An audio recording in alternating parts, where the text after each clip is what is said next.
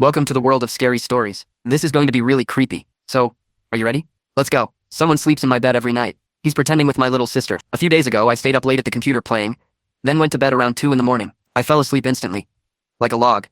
And then, in the middle of the night, I felt someone lie down next to me. I didn't even really wake up.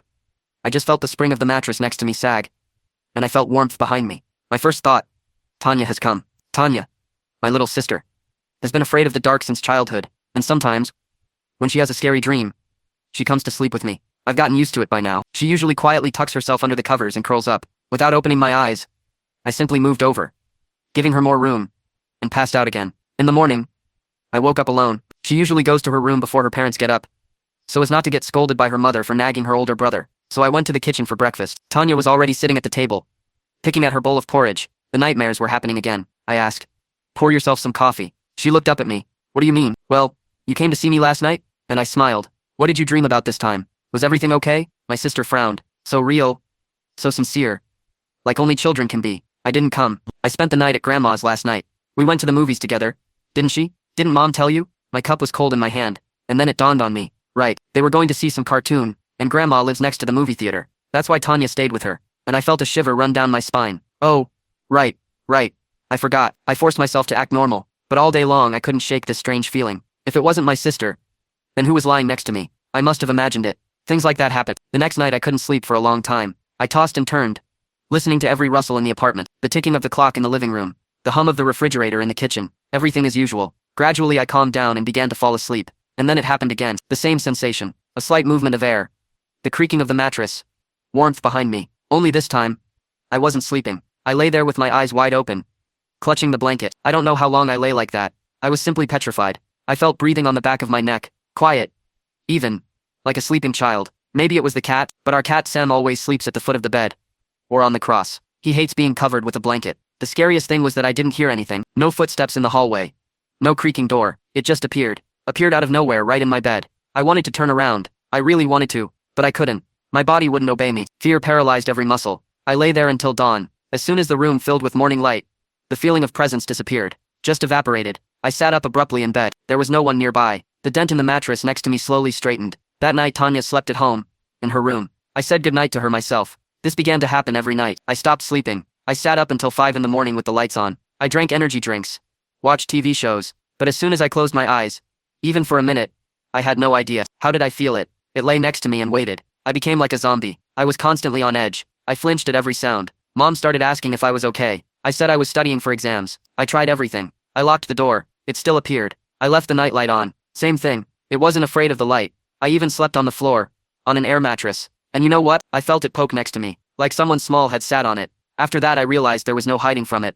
A week passed. I was on the verge of a nervous breakdown. I had to find out what it was, otherwise I would just go crazy. That night, I pretended to be asleep. I lay down as usual, relaxed my body, breathed evenly. I waited, and it came. The mattress sank. I felt the familiar warmth. It settled and became quiet. The breathing was almost inaudible. I counted the crust. Then again, my hands were sweating. "Pull yourself together. Just turn around." I slowly began to turn. My body was wooden, and I saw a silhouette lay on the pillow next to me. It looked like my sister, the same small stature, thin shoulders under the blanket, but this silhouette was completely black. I didn't see a face. I didn't see eyes. Just a dark spot in the shape of my sister. I froze, looking at it. My brain refused to believe what I was seeing. This can't be. This is just a dream, a nightmare. And then the silhouette slowly turned its head in my direction. That was the most terrible thing. A dark spot imitating a face turned towards me. I didn't see anything on it, but I felt that it was looking straight at me. I turned away abruptly and squeezed my eyes shut so tightly that spots of color swam before my eyes. I pulled the blanket over my head and prayed.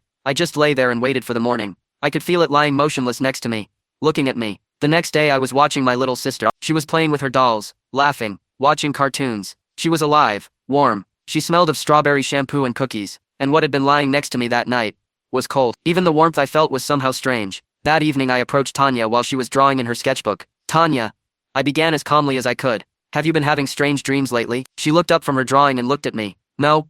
What about it?" "Just like that. Maybe about some girl like you." My sister thought for a second, and then smiled, and that smile made my blood run cold. "Sometimes I dream about another me," she said. "The one who lives in your room. She says I'm lonely." I didn't ask any more questions. I just walked out of her room and closed the door behind me. It's midnight. I'm sitting at my desk, writing this. I'm waiting. I know it's coming soon. I don't know what it is. A double? A ghost? I can hear it. I can hear the soft breathing. It's coming. I just wanted someone to know if something happened to me. I feel cold. It's left beside me again. I arrived in Sapporo late in the evening. It had been raining since Tokyo, and my mood matched the weather. Gray and dreary. It was a spontaneous business trip. Check out the property, talk to the landlord, prepare a report, a routine assignment. I rented a room in an old business hotel near the station. The building was shabby, with a dim sign and a lobby that smelled of rice, but I didn't care.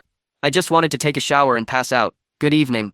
One night, I said to the woman on duty at the desk. She looked up and seemed to freeze for a moment. 5th floor, room 504. She said it quietly, as if she wanted to say something else, but changed her mind. I took the keycard and rode the elevator up. The 5th floor greeted me with a deaf silence. The lights flickered dimly. Room 504 was at the end of the corridor. All the other doors were closed, but I felt that one room was different from all the others. Room 404. As I passed it, I automatically glanced at the nameplate. It was crooked, a scratch on the wood, as if someone had been forcibly hitting the door with their nails. Strange. I went to my room, trying not to think about it. That night I woke up to a sound, quiet but distinct, like someone whispering behind the wall. At first I thought it was the neighbor's TV, but he was listening, Demid, repeating it over and over, with pauses, like a mantra. I walked up to the wall. The whispering wasn't coming from the left, where room 505 was, but from the right. But according to the floor plan, room 404 was to the right of mine. I opened the door and looked out into the hallway. The light was the same, dim, yellow, with a metallic glow. I quietly approached room 404. There was no sign,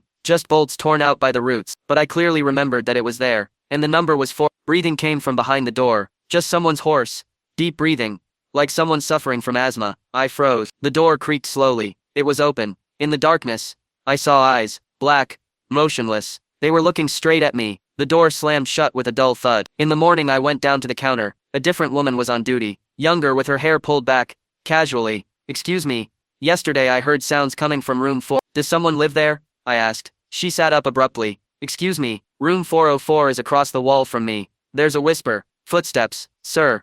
She interrupted. There's no room 404 in our hotel. They closed it 10 years ago. After one knock. What happened? The man, an IT specialist, came often. Like you, rented the same room. At some point, things started to get strange. He didn't come out for a long time, and then the neighbors complained about a smell. When they opened the door, his body was sitting in the lotus position. His eyes were gone. There was writing on the wall. I found her. I was shocked. Her who? We don't know, she said. The room was closed. The sign was removed, but sometimes it comes back. I worked all day. The facility was an old warehouse. Nothing interesting. But the thought of room 404 never went away. Returning to my room, I connected to the hotel Wi-Fi. The password was simple. 404. Ghost. Funny. By Googling it. Incident in Sapporo room 4. I came across an old news item. Mail. Barry 6 on the hotel's land survey. Police found evidence, including a mirror, painted with red paint, and a broken laptop. The user's comment under the news item was fresh. Just 3 days ago. It's still there. If you hear her whisper, don't answer. Never answer. Goosebumps ran down my spine. I woke up again in the night. But this time from the smell. It smelled like something burnt. As if someone was burning paper in the room. Or hair. I opened my eyes and saw that the bathroom door was open. A woman was standing there. Long nightgown with black hair to the floor. I couldn't see her face. It was covered by strands. But her neck was elongated. Naturally long. As if someone broke it. And left it like that. I screamed. Turned on the light. No one there. And I searched the room. Locked all the doors. Checked the hallway. Room 404 was locked. I couldn't sleep. My heart was pounding. A thought was racing through my head. I saw it. I was next. In the morning I packed my things and went down to reception. I'm leaving. Now. Of course. Have a safe trip. The desk clerk answered without taking her eyes off the monitor. Just tell me. Did you see anyone last night? A woman maybe. She looked up. Did you see her too? I was dumbfounded. It started when we removed the sign from room 404. Everything was fine before, but now she's looking for new ones. If you see her, you're already on her list. I didn't answer. I just went outside. It was raining cats and dogs again. I checked into a new hotel. Modern. Clean. With security and cameras. But the first night I heard a knock on the door. 3 times. I looked through the peephole. No one. The next morning TMT was written on the bathroom mirror. I smashed it. Changed the number. Then the city. But she comes every time I'm alone. 404 isn't just a number. It's a door. If you found it, it's already open. And she won't leave you alone. They're still standing there. I look out the window, and they're standing there. But now they're looking at my entrance. I need someone besides me to know that this is real. It all started last night. I work at a bar, so I finish late. When I get home, it's usually around 2, sometimes closer to 3. Our neighborhood is quiet. After midnight, there's no one on the streets at all. Just the occasional car, a taxi, rustling along the asphalt. And I love this time of year. And there's something special about it. An empty city that belongs only to you. My way home is always the same. I get off at my stops and walk for about 10 minutes through courtyards. The last stretch past a small 24-hour store that has everything. From cigarettes and beer to expired sausage and cat food. It's run by a mustachioed man named Ashot, who knows all the local drunks by name. The store is truly open 24/7. The light in its window is like a beacon in our neighborhood. But yesterday something was off. From afar I noticed that only a dim light above the entrance was lit. The main sign, Grocery 24, was off. Strange. Maybe the power was cut. But even stranger was the people standing by the door. About 15 people, a man they were standing in line. A neat, almost perfect line that wound around the corner of the building. My first thought, they're giving away discounted iPhones. But my brain immediately dismissed that nonsense, and I took out one earbud. There was silence all around. No one was talking. No one was coughing. They were just standing there, motionless, like mannequins. It unnerved me, seriously. The atmosphere was thick and heavy, as if the air had suddenly become viscous. I slowed down, trying to make them out. Maybe they were some kind of cult or a flash mob of idiots. But the closer I got, the less I believed it all. I needed to get past them to get to my building. Going around would be a huge detour. I was tired. I wanted to go home, take a shower, and sleep. And I told myself that people were just standing there. Maybe they were waiting for the door to open so they could get over their hangover. It happens. I took a deep breath and walked forward, trying to look straight ahead. But out of the corner of my eye I noticed, they were all dressed the same. Dark gray, baggy hoodies without any logos, black, slightly worn jeans, and absolutely identical black sneakers. The most basic model, as if they had all been dressed in the same thrift store, where there was only one set of clothes. Men, women, it didn't matter. They were all wearing the same thing. This was beyond all bounds. My inner skeptic panicked. My heart moved from my chest to my throat. I walked almost right next to them, along the very edge of the sidewalk, trying not to brush against them. The air next to them was icy. Really, I felt goosebumps run across my skin. I forced myself to look up. I needed to see their faces, to understand that these were just people. Drunk, weird, crazy, anyone, but people. I looked at the last person. He was a figure about my height, maybe a little taller. The hood of his sweatshirt was pulled low, but not so low as to hide his face, and I wished I hadn't seen that. He had no face. You just thought I meant a mask, or that the face was in shadow. No, you got it wrong. Where there should have been a face, there was smooth, stretched skin. No eyes, no nose, no mouth like a mannequin. They forgot to finish. Just a smooth, matte oval, flesh-colored. I stopped and looked at this creature. I looked at the next one. Same thing with the next one. Smooth, empty skin. All of them. Each of these 15 and 20 creatures. They stood silently motionless, their faceless heads staring at the closed door of the store. They were waiting for something. I knew I had to be quiet, not attract attention, but they didn't notice me. They were looking at the door. I just had to walk past quietly. Gathering all my willpower, I forced myself to take the first step, then another. I walked slowly. I passed the first one, then the second, the third. I still had 10 more people to go. I didn't breathe. I counted my steps. Please, just don't turn around. Please don't notice me. I was already halfway down their line when I heard the sound. I was walking away from the first one in line, the one I'd already passed, and I glanced sideways for a split second, and saw the first creature, standing right by the doors, turned its head. Its faceless oval was now pointed straight at me. It didn't move, just turned its head. Then the second creature in line did the same, turned its empty head in my direction. Then the third, fourth, fifth. They did it one after another, with this quiet, disgusting sound, as if their necks were made of wet clay. It was a chain reaction of horror. Each of them, the ones I'd already passed, turned to look at me, and those who were standing in front remained motionless. I decided it was time to get out of here. I'd never run so fast in my life. My bag slammed against my hip. My keys jingled in my pocket. I didn't go into my building. I heard these sounds behind me. They kept turning. Finally, I ran into the building. For a couple of minutes, I just stood in the dark. No footsteps. No sounds behind the door. Maybe they stayed there? Maybe they just needed to look. I live on the 4th floor. The windows face the side of the street, where the little store is. I burst into the apartment. Without even turning on the light, I crept up to the window, and very carefully, pulled back the edge of the curtain. They were standing in place, in the same perfect line. But there was one difference. Now every single one of them was facing my building. Their empty faces were directed straight at my entrance. They were no longer looking at the store. I sat down on the floor, and sat like that until dawn. It's daytime now. Cars are driving and people are walking outside. But when I go to the window and look down, I see them. They haven't gone away.